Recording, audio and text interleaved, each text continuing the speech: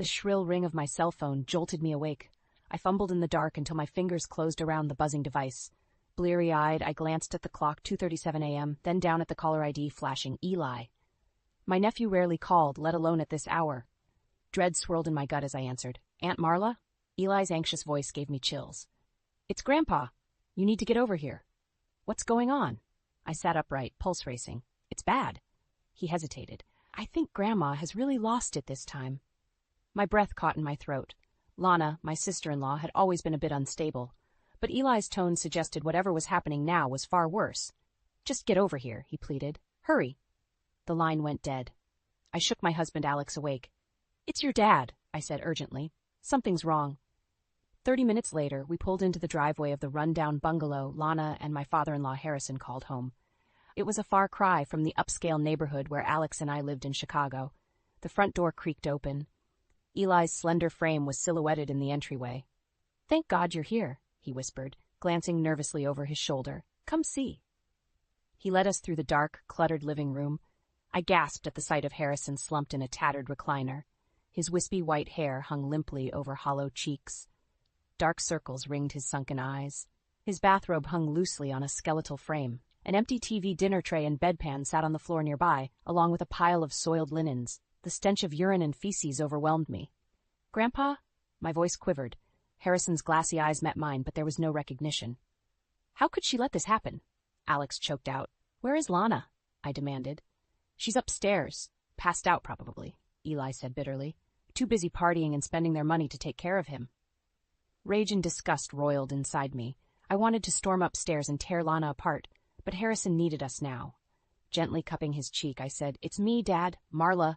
We're going to take care of you. His parched lips moved soundlessly. I cradled his frail body as sobs racked my frame. Alex enveloped us both in his strong arms.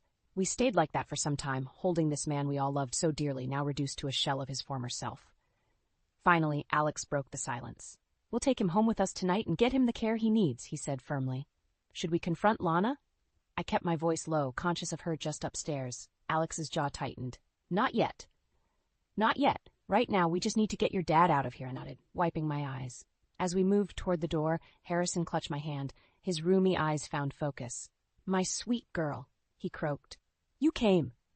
Tears spilled down my cheeks. I'll always be here for you, Dad, I whispered. We bundled him carefully into the back seat, swaddling his frail body in blankets.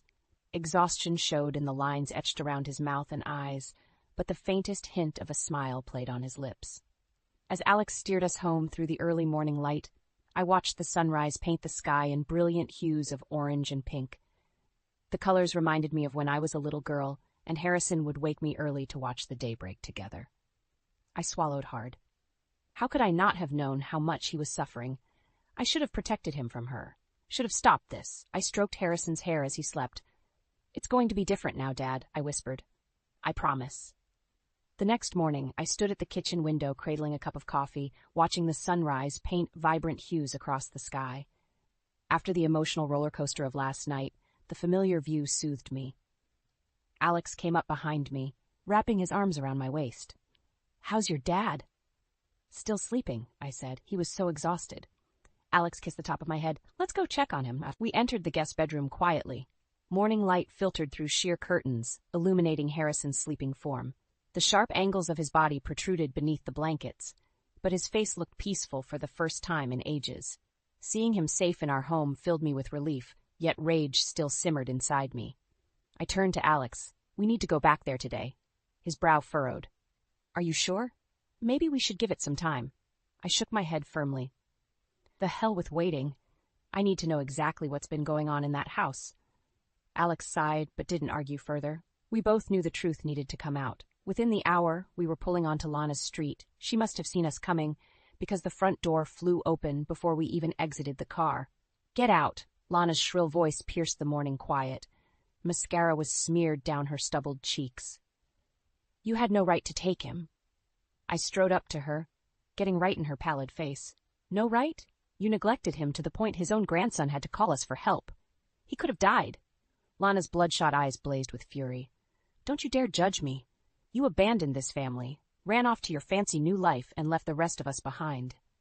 She jabbed a finger at Alex. Some devoted son you are. Alex gently steered me into the house. As we moved further inside, the squalor became painfully clear. Trash and clutter piled up everywhere. Dishes with moldy food remains were stacked high in the kitchen. The bathroom reeked of urine and feces. My anger erupted. "You miserable bitch! Look at this place. Look at what you've become." Lana smirked coldly. "I'm living my life how I want. If the old man doesn't like it, too bad. While you party and whore around, you left your own father-in-law to rot," I shot back. "So what if I have a lover?" Lana sneered. "At least someone wants me." It was clear she felt no remorse. I wanted to slap the smug look off her face, but violence wouldn't solve this. Alex put a hand on my shoulder, holding me back. "We're taking over Harrison's care and selling this place," he said evenly. "You won't get another cent." Lana's sneer faded. For a moment, fear flickered in her eyes, then the mask slid back into place. "We'll see about that," she hissed. As we left, I saw the neighbors peeking out from behind their curtains. Word would spread quickly about what had transpired. Lena's reputation in this town was destroyed. Good, I thought viciously. Let her suffer. Back home, I perched on the edge of Harrison's bed. His color seemed better this morning. I stroked his wispy hair gently. "It's going to be okay now, Dad," I whispered. "She won't ever hurt you again. I'll make sure of it." He clasped my hand weakly, eyes brimming with tears. I laid down beside him and held him as he wept, soothing him until we both drifted off to sleep. Over the next few days, I barely left Harrison's side. His physical health was improving, but emotionally he was still fragile. We passed the time looking at old photo albums, watching classic movies, and going for gentle walks around the neighborhood. Alex split his time between checking on his dad and gathering information about Lana's misdeeds. From the stacks of unopened mail and overdue notices he found, it was clear she had been neglecting finances along with caring for Harrison. Late one night after Harrison had gone to sleep, Alex came into our bedroom clutching a manila envelope. His face was grim. "I think you need to see this," he said. He pulled out a private investigator's report. As I scanned through it, the ugly truth about Lana's double life unraveled before me. While Harrison lived in squalor, she had secretly drained hundreds of thousands from their shared accounts to fund shopping sprees, a monthly apartment in the city, and lavish vacations with her lover, a man named Shane. "That heartless bitch," I seethed. Alex nodded. "It gets worse. The PI got photos of her and Shane coming out of a casino. Looks like they've gambled away a huge chunk of the money." My blood boiled. I had naively thought Lana's neglect was a sign of mental illness, but this went far beyond instability. She had deliberately and systematically bled Harrison dry to fund her own selfish lifestyle. I tossed the report on the nightstand and began furiously pacing. "We need to confront her. Make her admit what she's done." "I agree," said Alex, "but we need actual evidence first." Over the next few days, we discreetly gathered financial records, photo evidence, and statements from Harrison's doctors detailing his neglect. Finally, we had enough documentation to irrefutably prove what Lana had done. The showdown happened at Sunday dinner with the extended family. I waited until everyone had finished eating before slamming the evidence down on the table. "Take a look," I hissed at Lana. "Still want to claim you've done nothing wrong?" All eyes turned to Lana. She stared sullenly at the papers and photos spread out before her. "This is bullshit," she muttered. But her face had gone pale, eyes darting nervously. "Is it?" I held up a bank statement. "Then explain why you spent over $15,000 last month on designer clothes while your father-in-law was lying in his own filth." The table erupted. Alex's brothers shouted accusations while their wives gasped in horror. Lena shrank back, turning whiter by the second. I slammed my hand down, silencing the commotion. Leaning in close to Lana's face, I whispered, "You're done. We are going to make you pay for everything you've done to him." She gaped wordlessly like a fish out of water. Then her eyes hardened. "Do your worst," she hissed. "I regret nothing." I wanted to slap her across her smug, spiteful face. But she wasn't worth it. Turning to the table, I stated, "My father-in-law will not be returning to this house. We're meeting with lawyers next week to start seizing assets." Alex squeezed my shoulder. I looked into the faces of our family, seeing shock and anger, but also hope that justice would be served. As we left, Lana shouted empty threats at our backs. They only strengthened my resolve. With the proof now exposed, she had lost her power. I would not rest until she paid for every cruel thing she had done, for Harrison's sake, and for the sake of our entire family. The week after the family dinner was a whirlwind. Alex and I met with lawyers to start the process of seizing Lana's assets. We toured assisted living facilities, finally selecting a charming home just a few miles from our house. When movers arrived to pack up Harrison's belongings, Lana threw a fit. She hurled curses and threats, blocking their access to the house. But when Alex called the police, she finally retreated, scowling and defeated. By Friday, Harrison was happily settled into his new home. Seeing his smile return was the best revenge against Lana. With my father-in-law taken care of, I turned my attention to making Lana pay. Our lawyers froze all her accounts and seized the house and vehicles. Her phone was shut off and utilities canceled after she failed to pay the bills. Cut off from her spoiled lifestyle, Lana became more unhinged by the day. She continued hurling insults and threats at Alex and me. I refused to let her intimidate me. That Sunday, we hosted another family gathering at our home. I knew Lana would show up to cause a scene. Sure enough, she stormed through the front door, reeking of booze and cigarettes. "You spiteful bitch," she slurred, jabbing a finger at me. "I want my house back." I feigned calm, sipping my wine. "The house has been seized. You won't get another penny of my father-in-law's money." Lana's face purpled with rage. "You'll regret this," she seethed. "I'll make you pay." Alex gently took her arm. "I think you should leave, Lana." She shoved him away violently. "Don't touch me." Her shouting had drawn the attention of the entire party. Our relatives looked on with disgust at her slovenly appearance and crazed behavior. "Let's all have a chat in the other room," I said lightly, leading the group away. Lana stood fuming in the foyer as we calmly filed into the living room, excluding her from the gathering. Through the wall, we could hear glass shattering as she ransacked the kitchen in a rage. Still, I refused to give her the satisfaction of a reaction. "I'll handle the damages," I told my guests. "She's only lashing out because she knows she's lost." They murmured in agreement. Lana had destroyed her last ounce of sympathy with these unhinged actions. Soon the chatter and laughter from our party drowned out Lana's tantrum. Occasional thuds sounded from the kitchen, but I ignored them, continuing to mingle happily. Finally, the front door slammed as Lana made her exit. The party continued late into the evening, with Alex and I basking in our family's love and support. The next morning I surveyed the damage in the light of day. Shattered glass and broken dishes littered the floor. Cabinets hung open, contents strewn wildly across countertops. As I cleaned up Lana's mess, fury rose inside me. Her petty lashing out only strengthened my resolve for justice. I would not stop until she faced real consequences for her cruelty. By the time Alex came downstairs, the kitchen was spotless again. He wrapped me in a hug. "It's almost over," he said. "Then we can move on." I nodded, laying my head on his shoulder. Lana's reign of terror was ending. Soon she would become nothing but a cautionary tale for our family, while Harrison enjoyed the peaceful life he deserved. For all the damage she had wrought, karma had finally caught up to my cruel sister-in-law. I intended to watch her crash and burn. Our lawyers worked swiftly to build an airtight case against Lana. Alex and I supplied bank records, photos, and affidavits confirming her neglect and misuse of funds. Lana's rage intensified as the legal noose tightened around her neck. She left threatening voicemails and lurked outside our house at all hours. I refused to show any fear, though I took precautions like installing security cameras. One evening, I came home to find slurs spray-painted across our front door. As I scrubbed at the marks, fury boiled up inside me. The time had come to take definitive action against her. At my instruction, our lawyers filed a restraining order. Lana was banned from contacting us or coming within 500 feet of our home and Harrison's assisted living facility. The next phase of my plan involved exposing her cruelty to the world. I gave interviews to local media outlets, providing financial records that proved Lana had robbed her own father-in-law to fund her sordid lifestyle. The story exploded. People were outraged at Lana for what she'd done. Her reputation was left in tatters. With the court date looming, Alex and I continued gathering irrefutable evidence of Lana's wrongdoing.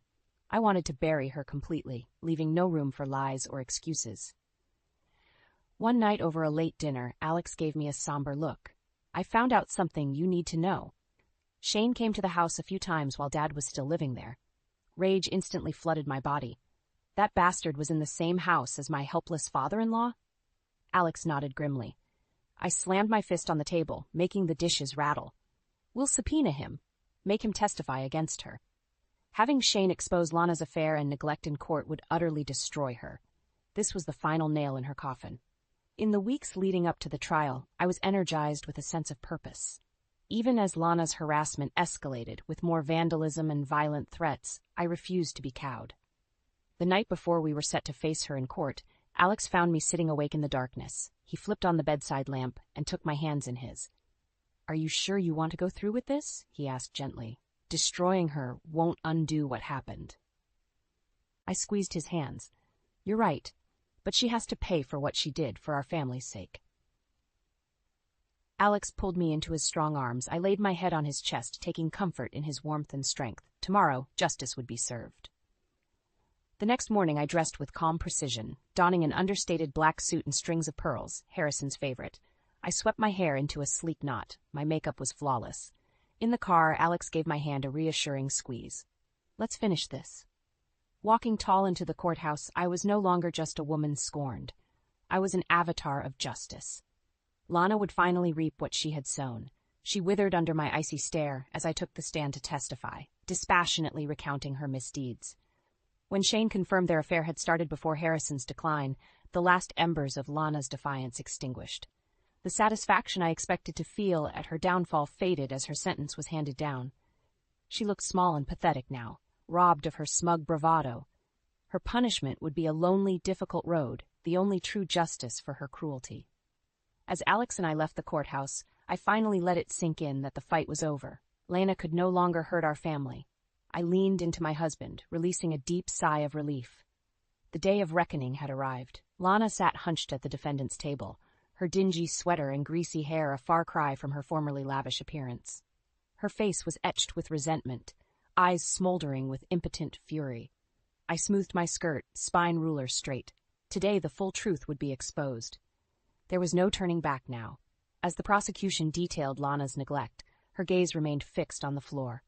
But when evidence of her affair and misused funds were presented, her head jerked up, eyes flaring. The prosecutor called Shane as a witness. I watched Lana's face drain of color as her former lover took the stand. Shane recounted in detail how their trysts began before Harrison's decline. Lana swiveled in her seat, hissing at him to shut up. The judge rapped his gavel, demanding order. When the prosecution rested, Lana's lawyer rose on shaky legs. "No further questions," he mumbled. Even her own counsel knew she was indefensible. As we broke for recess, Lana sprang from her seat, eyes wild. "You'll pay for this, Marla," she growled, leaning into my face. Before she could continue her threats, a bailiff grabbed her shoulders, steering her back. I didn't flinch, holding her raging glare with cool contempt. She had already lost. The verdict came swiftly. Guilty on all counts of neglect, abuse, and fraud. Lana collapsed back into her seat as the sentence was read. 20 years in prison, seizure of her remaining assets. Alex hugged me tightly. Murmurs rippled through the gallery. I had won, but strangely felt only a sense of weary relief that it was finally over. At a celebratory family dinner that night, I raised a toast. "Here's to a fresh start for all of us," I proclaimed. Glasses clinked all around.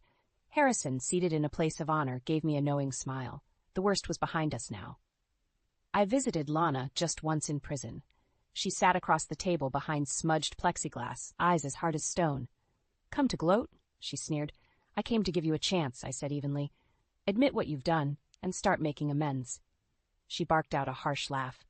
"You'd like that, wouldn't you?" Leaning forward, I met her glare. "The only person still clinging to lies is you. This is your chance to change." Her lip curled in a snarl. "Save your sanctimonious bullshit. I'll never confess to crimes I didn't commit." I stood calmly. "Then I hope you can find some shred of humanity left in yourself. Goodbye, Lana." She shouted obscenities at my back as I walked away without a glance back. There was nothing left to say. In the parking lot, I turned my face to the sun, letting its warmth wash over me. The long ordeal was finally over. Lana could no longer hurt our family. At home, Harrison slept peacefully in the guest room, his health steadily improving. I watched his chest gently rise and fall, profoundly grateful he was safe. Sliding into bed beside Alex, I whispered, "It's really over now." He wrapped me in his strong arms. I had weathered the storm, keeping my promise to protect the father I loved. Lana's cruelty was no longer our burden to bear. As I nestled into my husband's embrace, the tension that had gripped my body for months finally melted away. I had faced the darkness and emerged wiser, with relationships renewed. Our lives could begin anew. In the months following the trial, I finally felt like I could breathe again. With Lana sentenced and assets seized, she had no power left to hurt us. Harrison thrived in the tranquility of the assisted living home. His charming suite had bright artwork, plush furniture, and a view of landscaped gardens. No locks confined him now, only kindness and community. Staff doted on him as he regained strength, both physical and emotional.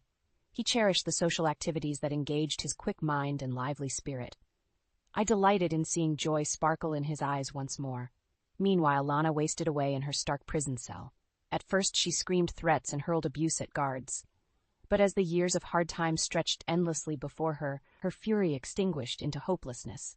Sometimes I thought of who Lana used to be, a smiling young bride, promising artist, before bitterness consumed her soul. But any sympathy faded when I looked at the father she had almost destroyed. With Lana gone, Alex and I celebrated milestones in peace. On our anniversary, we dined at the cozy Italian restaurant where he had proposed. For the first time in ages, the wine tasted sweet, unmarred by resentment. To new beginnings, I toasted, clinking my glass to his. The past was finally behind us. When my promotion came through, Harrison was the first person I called. "You always were destined for great things," he said proudly. His encouragement, once a steady comfort, meant everything now. At relaxed family dinners, none of us uttered Lana's name. Her presence, though malignant, had dominated our lives for so long. With her gone, we focused on shared joy. One crisp autumn afternoon, Harrison dozed in a lounge chair while I raked leaves in his garden. The simple act of tending this space together soothed my soul. When I knelt to adjust his blanket, his eyes flickered open. "You saved me, you know," he whispered. I clasped his frail hand. We saved each other. This was the life he always deserved, warm sun on his face, comfort and love surrounding him. I would move heaven and earth to keep him safe. As the holidays approached, Alex and I brought Harrison to our home for an intimate celebration. He shone as the guest of honor, looking dapper in a tailored shirt and vest. I raised my wine glass high, to the people who matter most. Our small gathering glowed with devotion. We had weathered tribulations but emerged wiser and closer. The coming year held nothing but promise. On New Year's Eve, I visited Lana in prison one last time. She sat with shoulders hunched, hair streaked with gray. "I'm not here to gloat," I said. "Just to tell you that you're free now, too. To change, make amends however you can." Her eyes narrowed. "Amends? I have nothing to atone for." I sighed and stood to leave. She would likely cling to denial forever, poisoning her soul. The divide between us was permanent as a scar. Stepping outside into the bracing air, I inhaled deeply. Our family's fresh start awaited.